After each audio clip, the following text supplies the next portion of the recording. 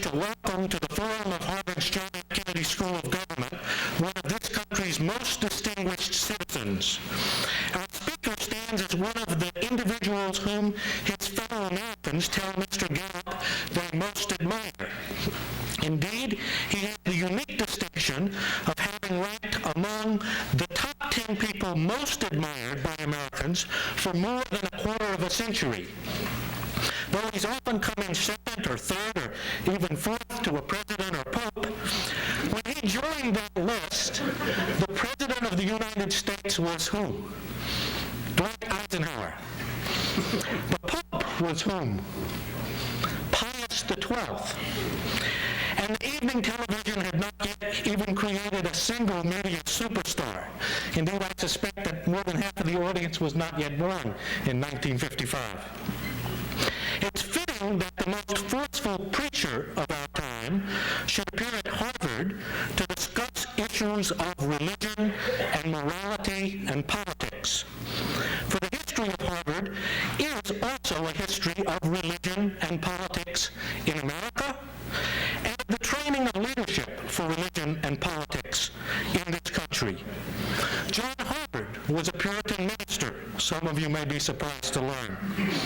The purpose of this college, as expressed in a publication of 1643, was, and I quote, to advance learning and perpetuate it to posterity, dreading to leave an illiterate clergy to the churches, close quote.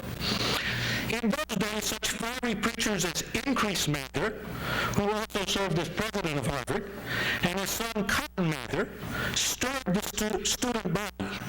It was just up the road from here in Northampton that Jonathan Edwards preached his famous sermon, Sinners in the Hands of an Angry God, warning his congregation, and again I quote, that God holds you over the pit of hell, much in the same way as one holds a spider over the fire.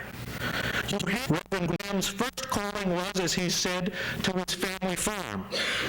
Thereafter, he worked as a door-to-door salesman for a while, an activity that we gather helped persuade him of the advantages of higher education. He received his undergraduate degree in anthropology from Wheaton College in Illinois and was ordained to the ministry in 1939. Billy Graham seems to have taken literally the scriptural injunction to go into all the world and preach the gospel. He has preached on every continent of the world and in more than 50 countries. Week after next, he leaves New England to go to Moscow, against the advice of the present administration, I might add, to preach and to speak about disarmament and nuclear war. According to Time magazine, which is an authoritative source among Harvard undergraduates, more people have seen Billy Graham in person, that is with their own eyes, than any other figure in history. By the mid-1970s, over 75 million people have seen him in person in one of his worldwide crusades. More recently, he has been burdened by what the Bible has to say about the peacemakers. Never one to hide his light under a bushel, he is determined to become more active, not only in his preaching of the gospel and in expressing his social concerns, but in addressing the issue of peace and of war. It is therefore with great anticipation that we welcome to Harvard tonight the Reverend Billy Graham.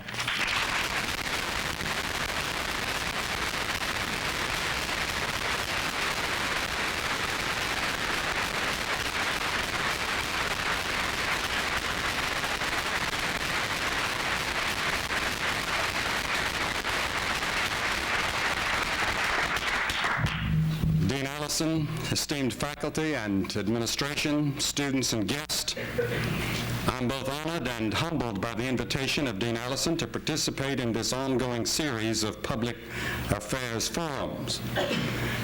When I read the list of past speakers and some of the future speakers that you're going to have here, I felt like the man I heard about in my part of the country who decided to enter his mule in the Kentucky Derby.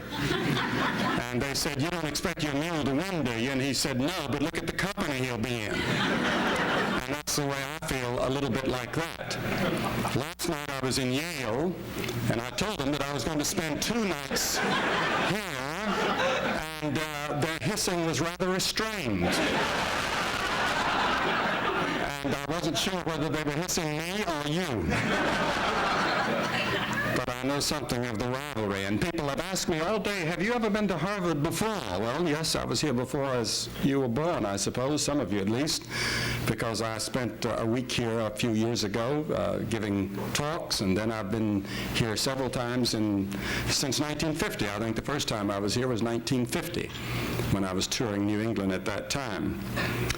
And but I don't come here tonight to pretend that I know all the answers, or that I'm an expert or even a philosopher on the theory of government, or a scholar, or even a theologian, by what we mean by theologians today. I make no pretense of being any of these. I am, as you know, a Christian clergyman.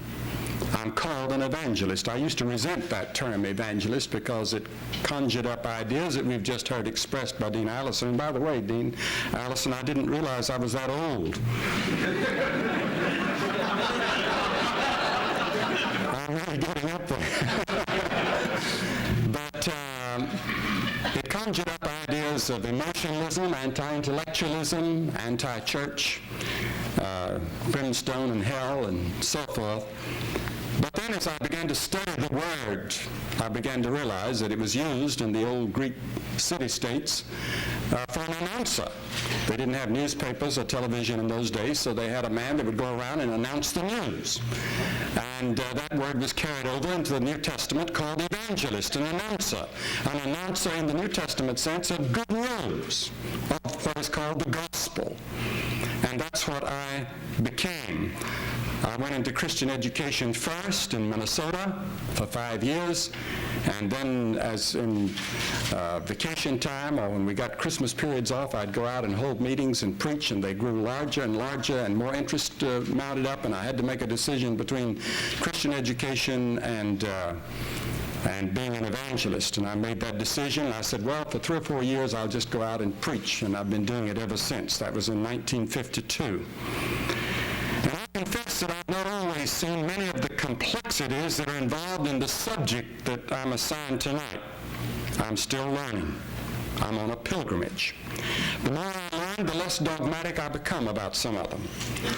My stance, as you know, is that of a Christian who takes the Bible seriously. Now, I realize that this may not be your perspective, and we may not come out exactly the same place always, because we may start from different perspectives and reference points. But it is unfortunate that we often fail to see what each other's assumptions are. And often we do not even seriously examine them. I heard about a bridge that was being built in Pennsylvania some years ago, and it was written up in one of the magazines. And the workers started building from both sides, and when they reached the middle of the waterway, they found that they were 13 feet apart. And each crew had started by using a different reference point to begin their work, and the result, of course, was inevitable. We live in a highly complex world, and one which is also very fragile. Only someone who refuses to face reality can be blindly optimistic in light of the array of intractable problems that confront us today. We're all tempted to oversimplify problems. Our analysis or our answers are constantly being oversimplified in our society. And especially is that true in the areas of religion, morality, and politics. Yet we must resist that temptation for several reasons. For one thing, the issue that confronts us today, issues are much more complex than ever before.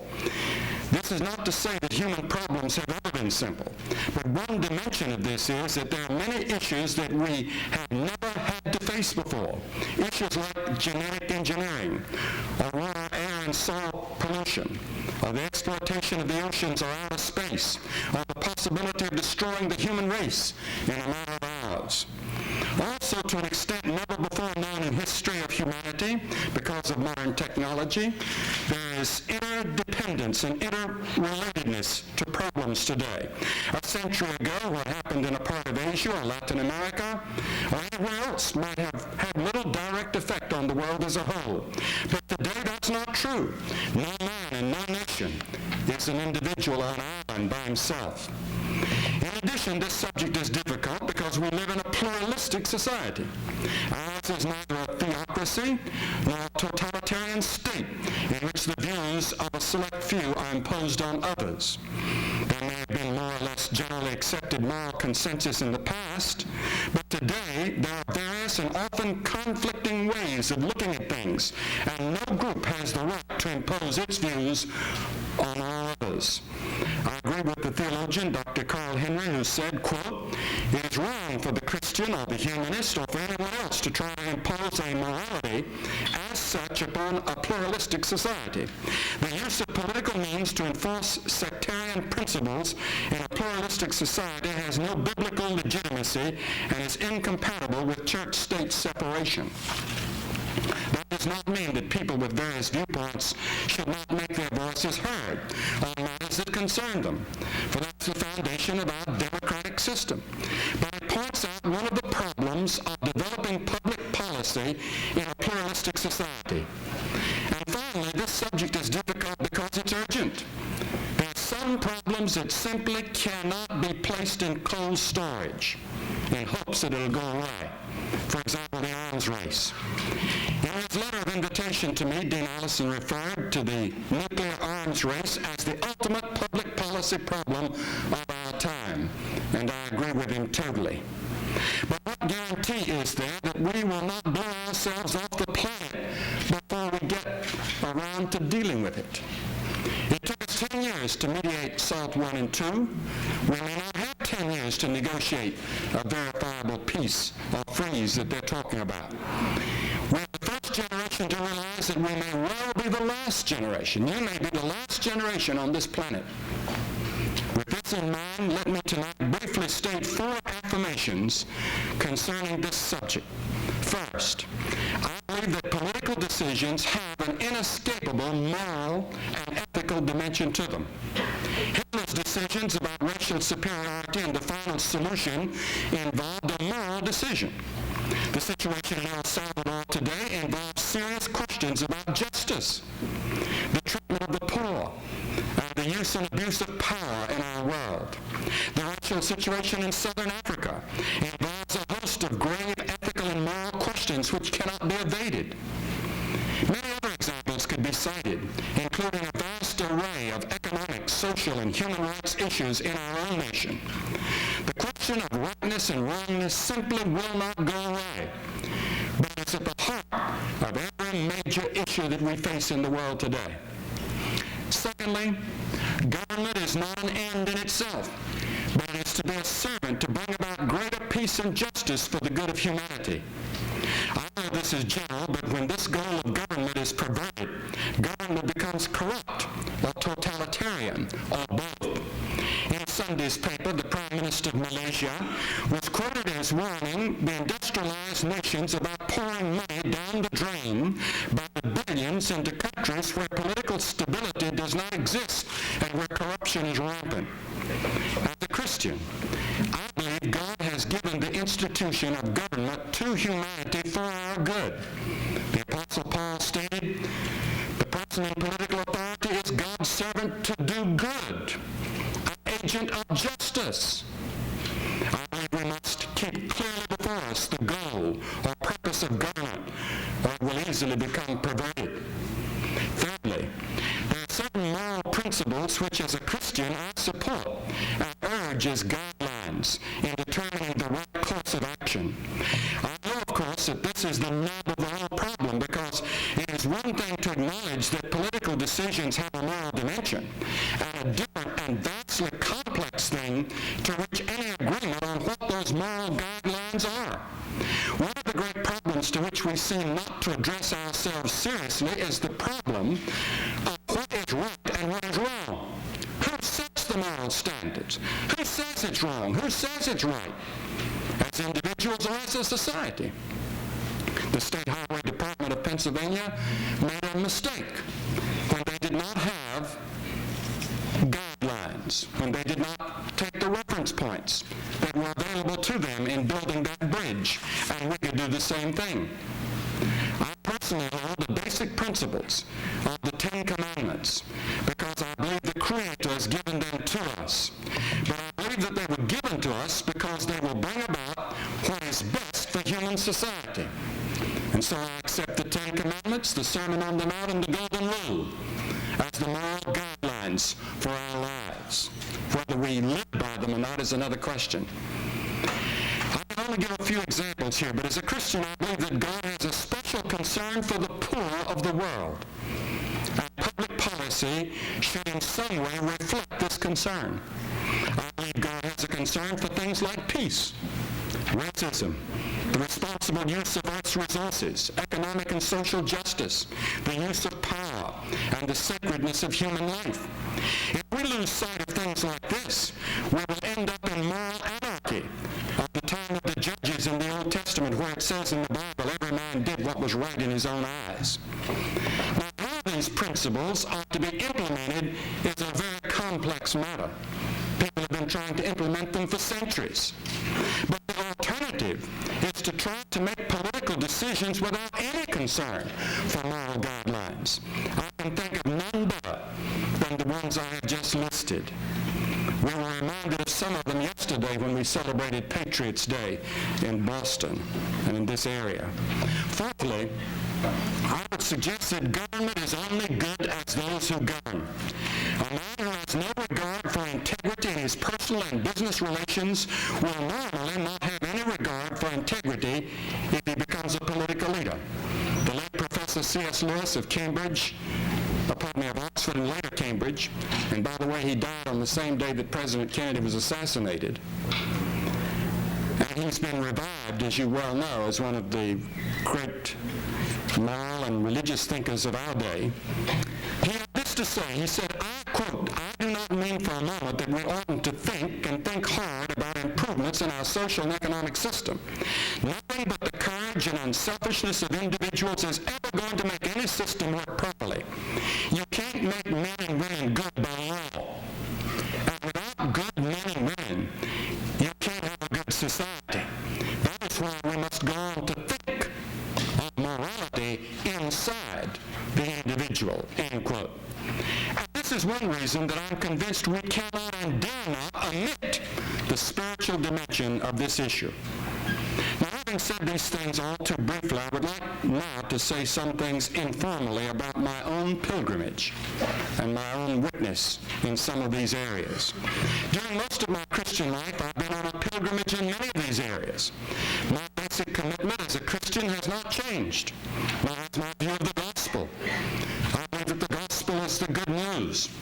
I believe it's the one exit out of the human dilemma.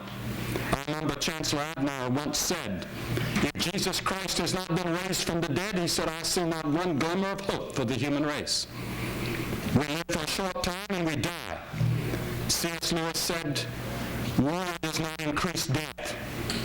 And I was startled by that statement until I realized and thought it through that every generation dies. Death is total. In this room, 100 years from now, not one person will be alive. We'll all be dead. So it's total. What comes after death? It's a tremendous question. But I've come to see in deeper ways some of the implications of my faith and the message I've been proclaiming. Many changes have taken place in my points of view, although I kept first and foremost in view the reference point that I started with, the teachings of the Bible. For example, I was born and reared, as has already been said, on a small farm in Southern America. It rarely occurred to me in my childhood to think about the difficulties, problems, and oppressions of black people. In high school, I began to question some of the practices, but it was not until I actually committed my life to Christ that I began to think more deeply about it. The college I went to was near Chicago. Even though it was a very evangelical in its theology, it was very strong in its social conscience, especially on the race question. It had been founded before the Civil War as an anti-slavery school. As a matter of fact, Harriet Beecher Stowe's brother was was in the first graduating class. And I began to realize for the first time that if I were a Christian, I had to take a stand on the race question. I did not know how, since the earlier part of my ministry was not in the South. I preached mostly in the North. In 1952, I was holding a series of meetings in a southern city. They had ropes so that black people had to sit behind those ropes. I went down and personally and physically pulled those ropes down. That was among my first acts of conscience on the race question. I determined from then on I would never preach to another segregated audience, north, south, or anywhere. I began to write articles on the subject. And in the middle 50s had found a friend in Dr. Martin Luther King, who came and briefed our entire organization for 2 days on the race situation. And this was before he was as famous as he was yet to become. Another pilgrimage led me to do something about the needy and the starving people of the world. This started out by recognizing that I had a responsibility to my immediate neighbor who might have had a need. I often spoke on the wonderful little story in the 10th chapter of Luke where a lawyer tried to trap Jesus. And Jesus told the story of the Good Samaritan, teaching us our social responsibilities to our neighbor. From the very beginning of my Christian experience, I felt that if I came upon a person who had been beaten and robbed and left for dead, that I'd do my best to help him. I also felt that this applied to my relatives and friends and immediate neighbors. But I never thought of it in terms of corporate responsibility. I had no real idea that millions of people throughout the world lived on the knife edge of starvation, and that the teachings of my reference point demanded that I have a responsibility toward them. But later, as I traveled and studied the Bible more, I changed. Now, for many years, we have been trying to do all we can to help people on every continent, especially when disaster strikes. The treasurer of our organization has been the treasurer of Harvard University for a number of years. He's here tonight, I hope, and he could verify what I'm saying. For example, our organization has helped build hospitals in such diverse places as Zaire, Jordan, Israel, India. We built what is now considered a model town in India to replace an entire town that had been swept away in a tidal wave. We sent plane after plane load of medical supplies and food supplies to various areas of the world where there were refugees. We helped support a boat picking up the boat people in the South China Seas, and my son worked on that boat. And I could cite scores of incidents that have come about as a result of the growing responsibility we feel toward the oppressed and the needy in the world. In addition, I tried to use privately what little influence I may have had with those in high places to do something on a governmental level. Not just to give relief, but to work toward changes, and on occasion have succeeded, as Rabbi Mark Tannenbaum explained to the Jewish community here in New England 3 weeks ago. My pilgrimage has also led me to call for morality and ethics in government. During our history, we've gone through many traumatic periods in which we almost lost confidence in all forms of government. But the problem was not necessarily the form of government, but the ambitions and moral blindness of some of those in power. The kind of government any nation has will be determined by the kind of ethics and morality which underlie the political structure. But it also will depend on the moral integrity we demand of those in leadership. Government will never be better than the men and women who have given their lives to it, and they never will be better than the world and life view they accept and on which they operate. Either the law of love will prevail, or the law of hatred, violence, and dishonesty will prevail. I've also been on a pilgrimage as far as the arms race is concerned. This has now become my number one social concern because I think it is the greatest problem. There's one other problem facing the human race that I'll mention in a moment that is greater than this. I believe that the human race sits under the nuclear sword of Damocles. The world is facing the most critical moment since creation. Never before has mankind held in its hands such awesome weapons of mass destruction that could destroy life on this planet within a matter of hours. Man's technology has leaped far ahead of his moral ability to control his technology. As I searched the scriptures, my responsibilities dawned upon me, and I began to speak out on the subject of peace. Now I called for a little separate thing that some people might not understand. I called for SALT 10, which which is the destruction of all nuclear, biochemical, and laser weapons and any other weapons of mass destruction.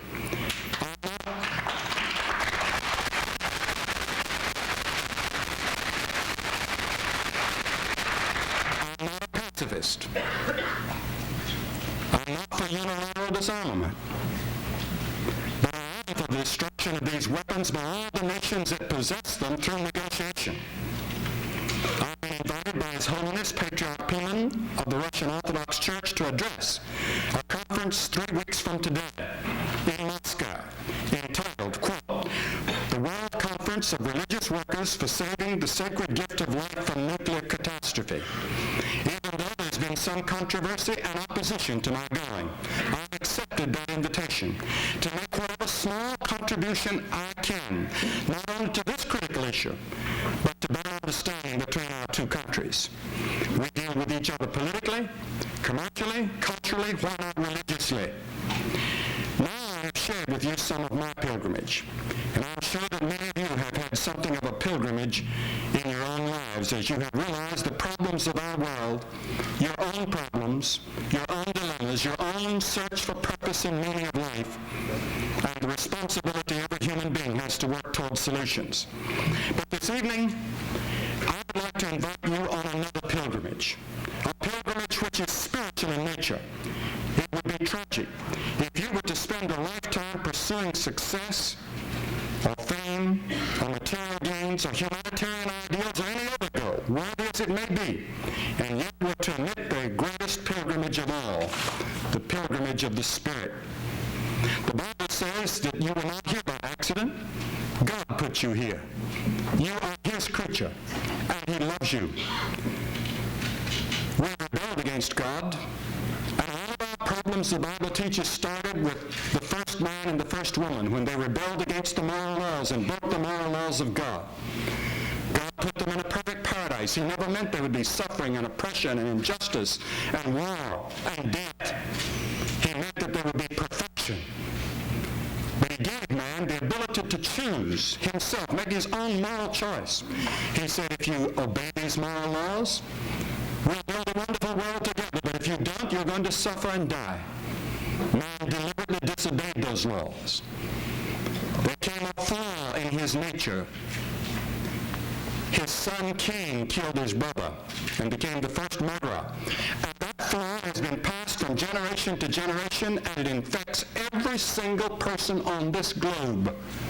And it's called in the Bible by a 3-letter word, sin. A lawbreaker, a moral lawbreaker. And that causes separation from God. Now, how can man and God be reconciled? We just celebrated Good Friday and Easter. We believe that the Bible teaches that that is why Jesus Christ came. He came to reconcile God and man. And I had to ask myself the question many times, who is this Jesus Christ who comes around claiming, I'm the way, the truth, and the life? How could He be the embodiment of all truth? He died at the age of 33. He never went to a formal school that we know about. He never had the opportunity of coming to Harvard. How could He be the embodiment of all truth? And yet that's what He said. Well, He was either a madman that should have been under psychiatric care, or He was a liar, and the biggest liar in the history of the world, or He was who He claimed to be. And that was the question I had to face, and I wrestled with that. I wrestled with it after I had accepted Him into my heart. But then came the intellectual problems. And I had to decide again by faith. I couldn't prove it. I can't prove the existence of God.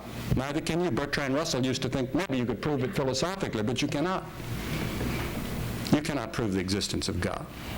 The evidence is all there, to me at least. It takes more faith not to believe than it does to believe. But I believe that He was the Son of God. And when He died on that cross, I believe that God put on Him our sins, our judgment, and now because He died, God can forgive me of my sins, of which have been many. If you raked over my life, you'd find 1,000 sins. Because sins plural come from sin singular, and sin singular is in my heart because I too am flawed.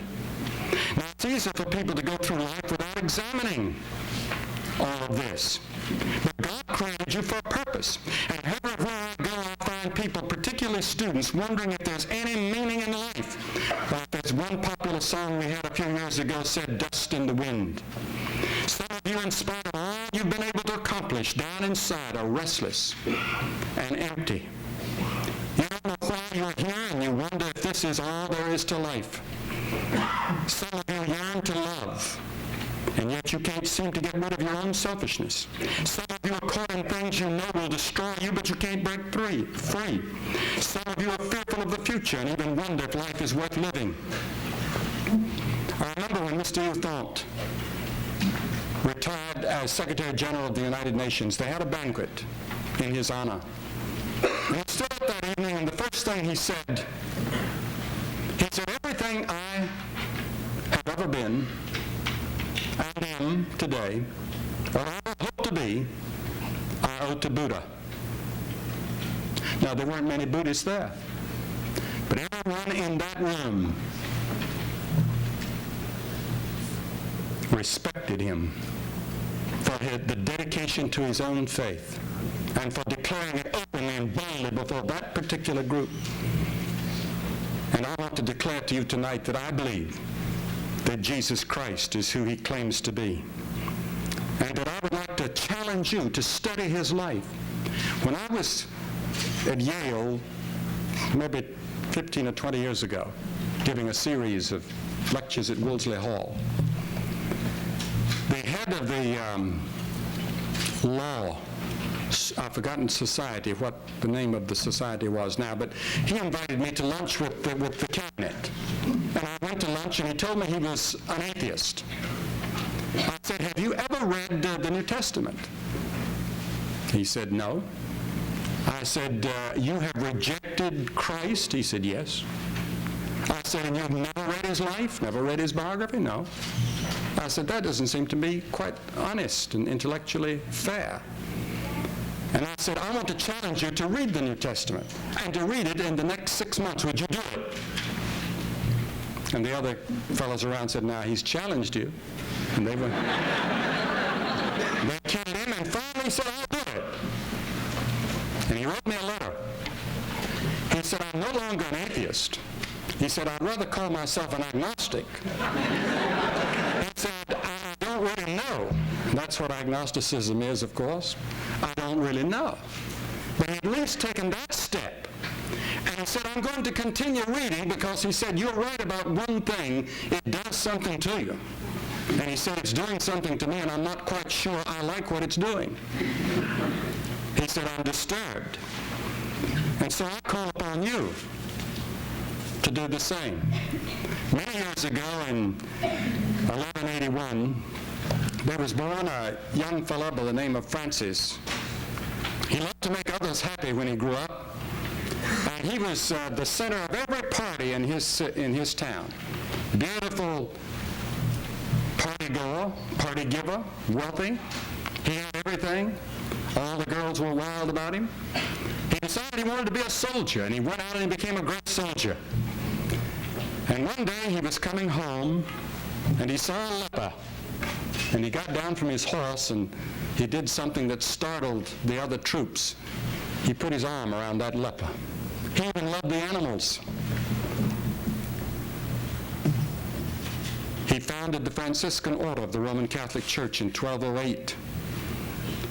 And Oscar Wilde said that Francis of Assisi, who was never ordained a priest, he said that the world has produced only one genuine Christian, and his name is Francis of Assisi.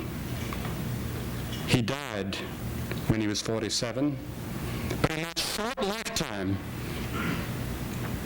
he had made the world a new place by just living it. But he had to meet Christ first. And then there came in 1623 a man born in France by the name of Blaise Pascal, considered the greatest scientist of the 17th century. He gave the world a calculating machine, and from it we have today our cash registers, calculators, computers. The first public bus service he organized. He needs to come back and help us again. He made the first syringe, the first wristwatch. He proved the existence of the vacuum.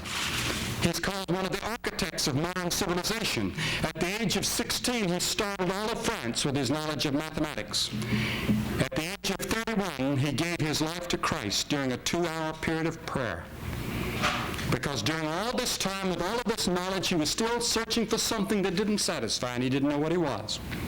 And on November 23rd, 1654, he wrote in his journal, quote, "I submit myself absolutely to Jesus Christ, my Redeemer." He died at 39. Another man, and then I'm finished, Dostoyevsky, was in his 20s when he was arrested for joining others to discuss how to improve the welfare of the peasants in Russia. And the Tsar's troops were going to put him to death. He was condemned to die, and you know the story. And then he was sentenced to prison in Siberia. And on arrival in the desolate prison in Siberia, 2 women had slipped a New Testament to him. While he was in prison, he memorized the New Testament. And they found a creed for his whole life. And here's his creed. I'm going to read it to you. "I believe that there's nothing lovelier, deeper, more sympathetic, more rational, more manly, more perfect than the Savior. I say to myself with jealous love that not only is there no one else like him, but there could never be anyone. I would even say more. If anyone could prove to me that Christ is outside the truth, and if the truth really did exclude Christ, I would prefer to stay with Christ and not with truth." Now, even I don't think I could go that far.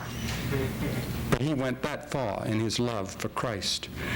And that's the reason all the way through his novels you find the story of the gospel, especially the prodigal son, which he loved so much. And that's why, and today he's a great hero in the Soviet Union.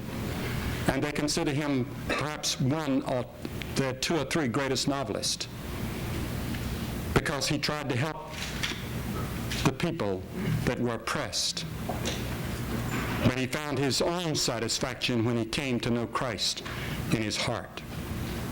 I know that we're a pluralistic group here tonight, and I know you come from many religious backgrounds, and I would in no way impose my thoughts on you, except to give you what I believe, because that's what a university is all about.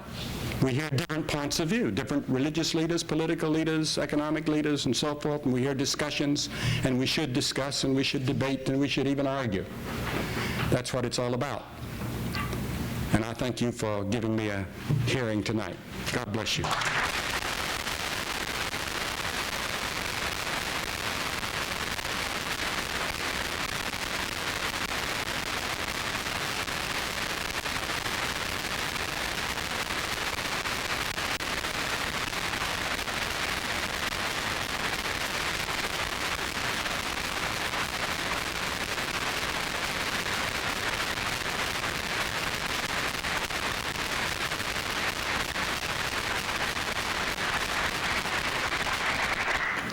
Reverend Graham has kindly consented to answer some questions from the audience.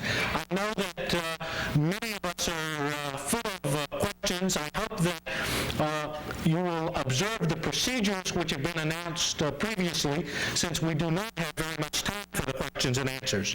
Let me reiterate those for you. 3 individuals have been chosen to put the first questions, and then other members of the audience should submit their questions, if they would, by writing them on cards, as you've had an opportunity to earlier, and giving them to the 3 question askers at the microphones. Let me introduce those individuals. They are Tom Clark of the Harvard-Radcliffe Conservative Club, who will ask the first question, Jacqueline Cook of the Seymour Society, who will ask the second question, and and Bruce Ives of the Institute of Politics Student Advisory Committee, who will ask the third question. We'll take the question and then Dr. Graham's answer, after which we'll then go to the second student and the third, and then we will go back to the first student to ask one of the questions that's been submitted by the audience. The first question, please. Reverend Graham, as you and the Dean of the Kennedy School agree, the most important policy question we face today is the issue of nuclear weapons and disarmament. Yet increasingly, American clergy have been turning this policy question into a religious question. 69 of the 263 Catholic bishops of the United States Catholic Conference, including Bishop Roach, their president, supported the Kennedy-Hatfield bill in the Senate supporting the nuclear freeze. The Methodist Church has pledged to organize a groundswell of support on the European model for this nuclear freeze. And the United Church of Christ has gone so far as to call for unilateral initiatives by the United States if all else fails. All of this with the apparent assumption that maintaining or developing a nuclear arsenal is a moral evil. Some groups have said straightforwardly it is a sin to build a nuclear weapon. My question is simple. Do you or do you not see the purposes?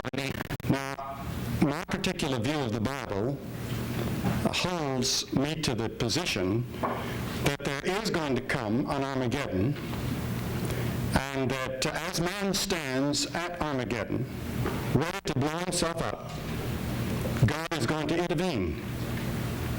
And God is not going to allow the human race to destroy itself. Now that is the view as I interpret the Bible. That is not accepted by all theologians, and it's not accepted by all clergy by any means. In the meantime, I believe we should do everything we possibly can to work for peace. But I believe it has to be a negotiated peace. And I think this is the position that I have read that Mr. Brezhnev holds.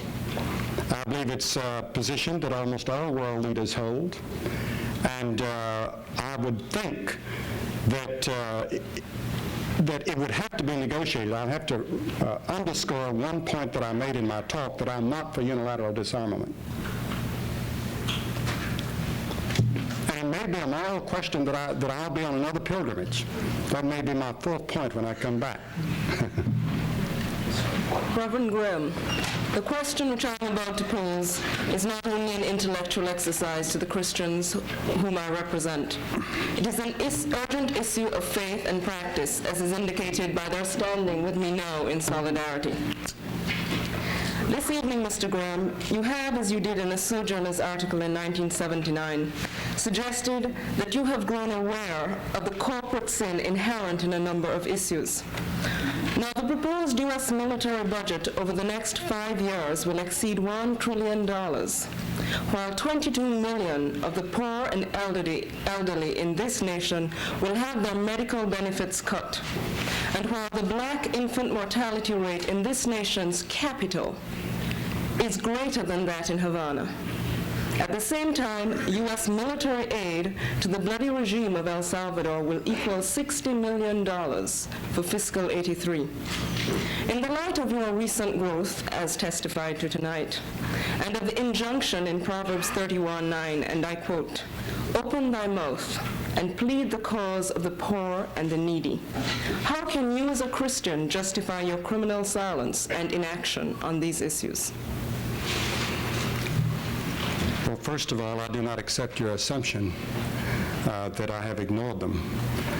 In the earlier part of my ministry, it is true, and I confess that as being wrong. But these issues I am addressing today, and have been for several years. And there are some things that would be impossible for me to answer in a public forum that one has been able to do. But I think that what you have to say has tremendous merit to think through, to think about. And I've preached in every country in Central America. I was just in Central America earlier this year, and know something of the terrible injustices between the rich and the poor, and all the things that are trying to be addressed by the people. But the how is the big problem. And whether America should be involved, whether the United States should be involved or not, I do not think it's a minimum involvement at the moment, it seems to me, in view of the fact that they're so near us, and the fact that other nations are deeply involved in that area. Both left and right governments are involved. And I don't think I would have an answer to that complex question. I called a meeting of Latin American leaders last year and another meeting this year to meet me in Mexico City, to just inform me from those different countries as to what was taking place and what we could do about it. And this year, they just threw up their hands and said, we don't have an answer. We don't know. And if those people, many of them with their earned doctor's degrees, don't have an answer, who live there and work there, I'm certain that from this distance, I certainly do not know all the answers to the problems of Latin America or another part of the world, and I would go further and say that I do not know a single country in the world today that I've ever been to where perfect justice reigns. There never has been one, there never will be one, because of the flaw in human nature. Human nature has to be changed, and that is the greatest problem in the world. Thank you.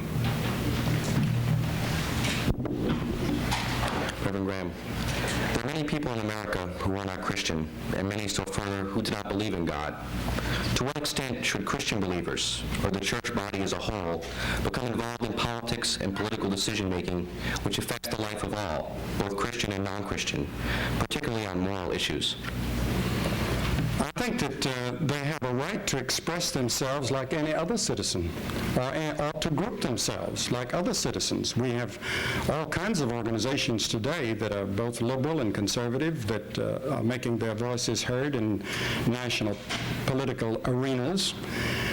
And I think they have a right to. I'm not a member of any of those groups. I have never joined one.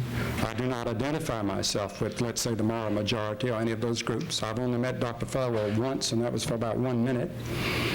And yet I do not doubt his right to do what he's doing. The thing that confuses me about him is that he's the minister of a church, and he's also the head of a political organization. Now, when he speaks, I'm not sure that he's speaking as a clergyman or as a political leader of a political organization that has in it all kinds of religious viewpoints, as well as atheists and agnostics and so forth. I think that was what you were asking. Reverend Graham, are there limits to the extent or type of political involvement which a religious leader can undertake without sacrificing his or her religious credibility? Yes, I think in my own case, I'm going to speak only personally, that it would be very wrong if I endorsed a candidate for office. And I have a friend on the West Coast who is a great black leader in South Los Angeles, and he said he never tells his people who to vote for. He says, I only tell them who I'm voting for. And I have never even gone that far.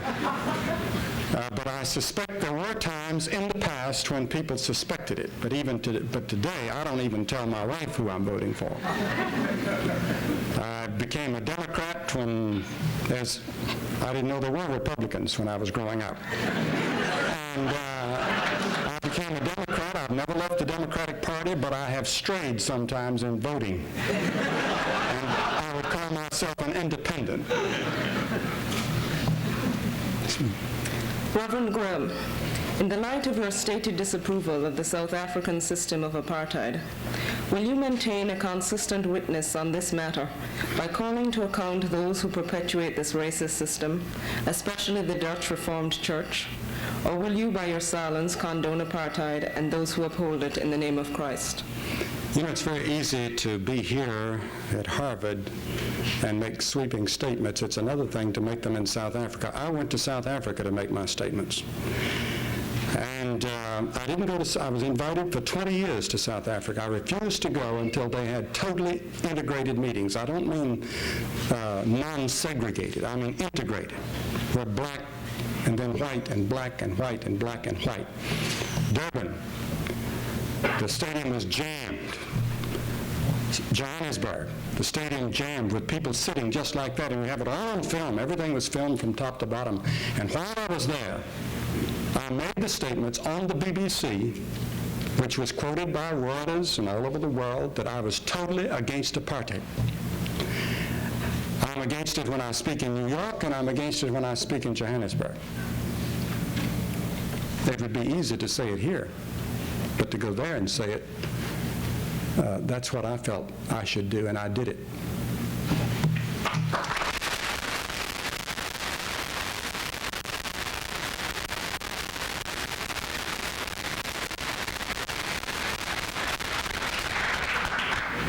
As you mentioned earlier in your remarks, government is only as good as those who govern. And one of the questioners here tonight was wondering, because you were very close to Richard Nixon, both privately and publicly during his presidency, do you think that you were manipulated or used by him for his narrow political advantage?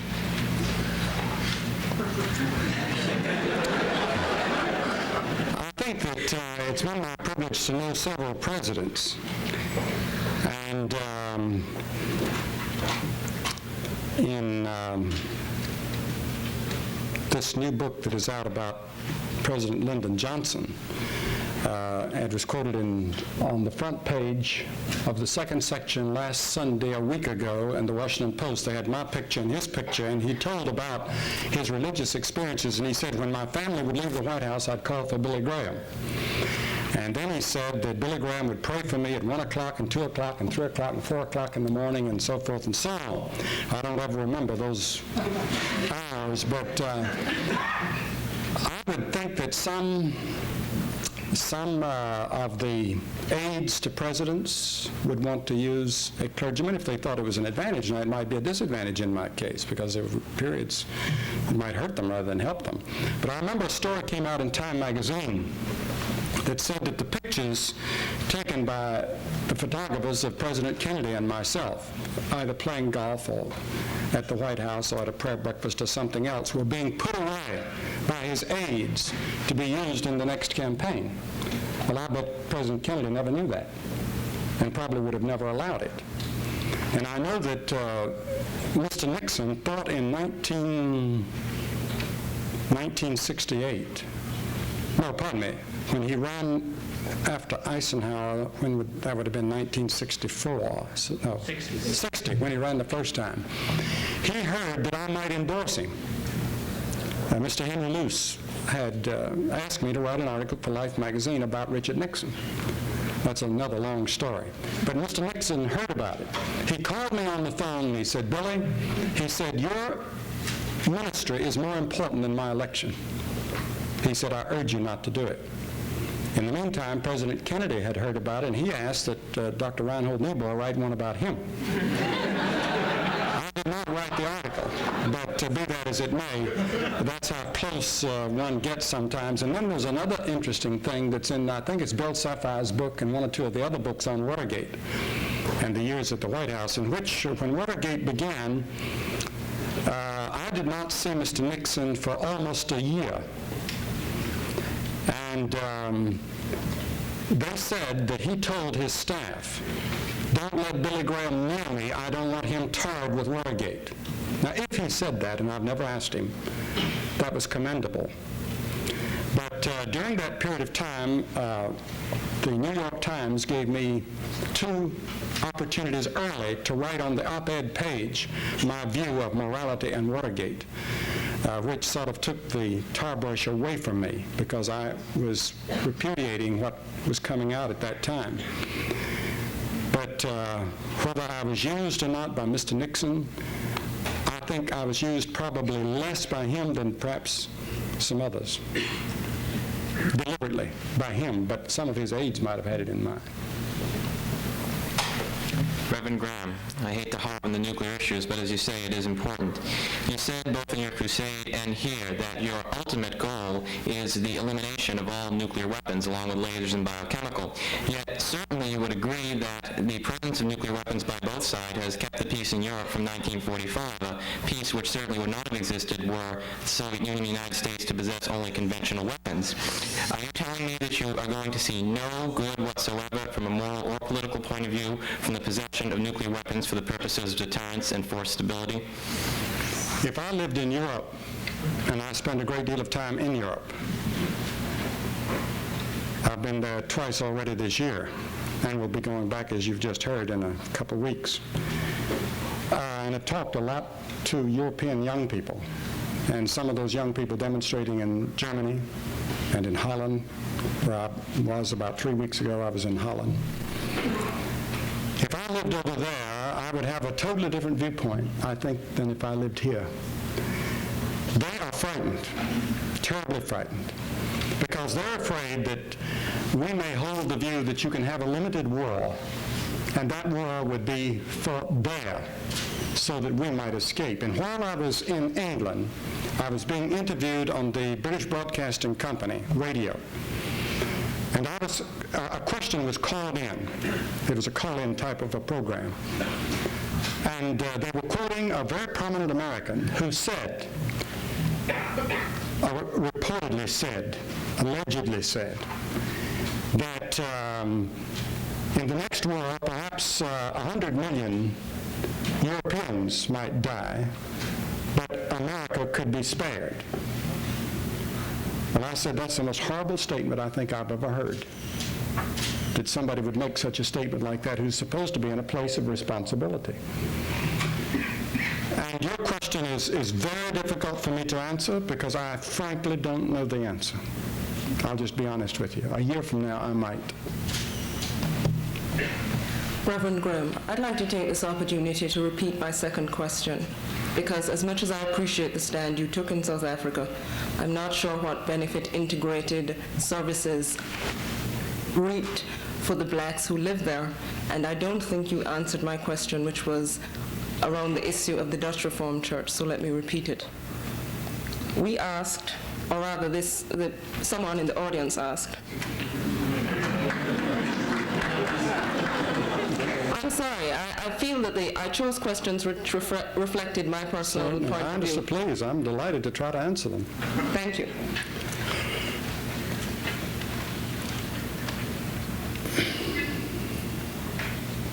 Will you maintain a consistent witness on this matter by calling to account those who perpetuate this racist system, especially the Dutch Reformed Church, which, in case you may not know, Reverend Grimm, supports a system of separate development for black Africans? Let me say that in South Africa, there are a great many Dutch Reformed clergy who do not. It's divided, as you know.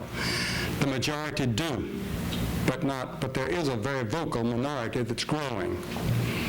And as you know, most of the Anglicans and the other denominations that have their roots perhaps in Britain are very strongly oppose apartheid and are trying to do something about it in every way they know how.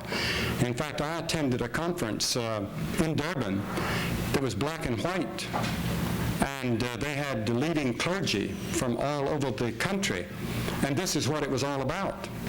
And then about 3 years ago, we held a conference called PACLA in Nairobi. And there were delegates there from every single country in all of Africa except the northern tier of Africa. And they discussed this same thing.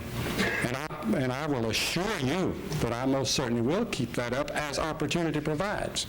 I have very little contact with the Dutch Reformed Church in South Africa, but I'll certainly make statements about it. Much of the recent debate on religion, morality, and politics is centered on issues of sexual origin. What do you see as the religious, moral, and social implications of such issues as premarital sex, contraception, and abortion?